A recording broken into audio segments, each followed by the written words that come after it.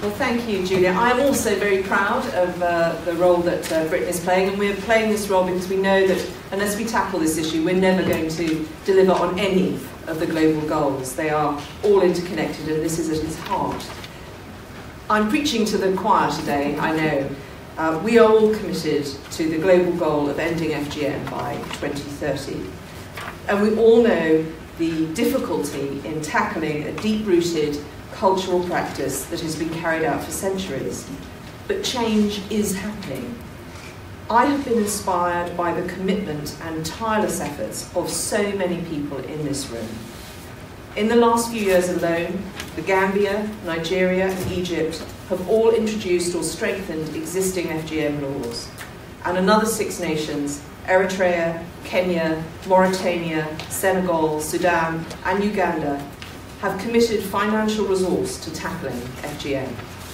These are just some examples of African leadership on this issue. But FGM isn't specific to one country or continent. It is a global problem, and it is a problem that we face in Britain.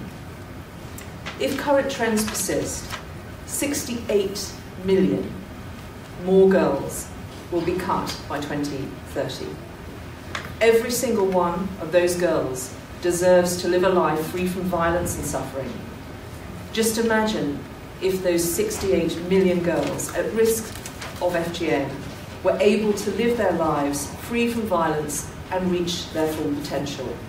What an incredible opportunity that would be for us all. And that is why Britain is proud to support the African-led movement to end FGM. And it is being led from across Africa.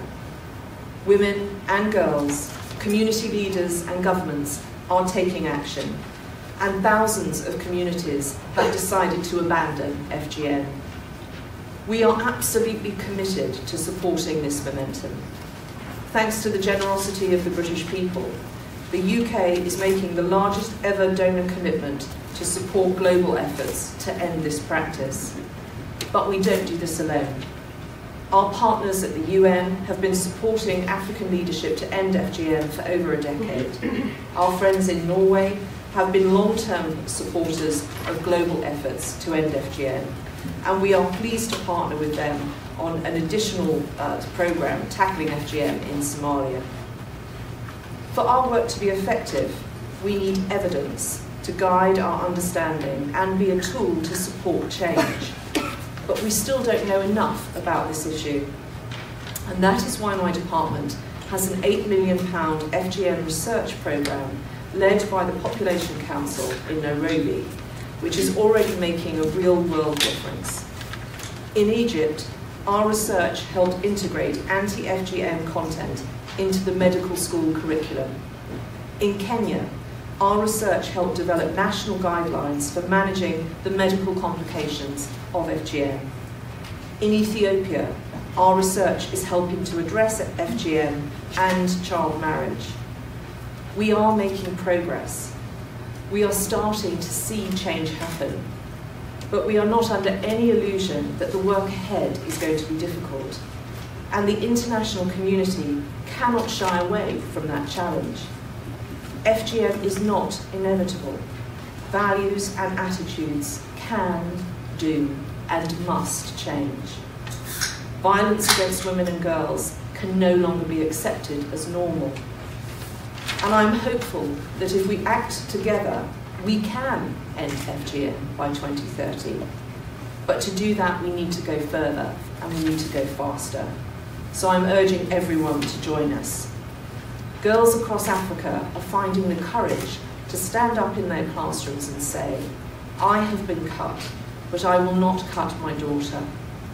Governments in the most affected countries are increasingly putting the right laws and the right policies in place. So we need to ask ourselves, in the international community, donors, NGOs, and multilaterals, are we doing enough to support them? 5 years ago, Britain made the largest ever donor commitment to ending FGM, and today we are still the largest donor country, with honourable exceptions including our friends in Norway and the EU, donor countries who say they want to support ending FGM but don't walk the walk are letting down those courageous women and girls. The international community must take tangible action to support the Africa-led movement to end FGM. We must all step up and support those brave women and girls. Thank you.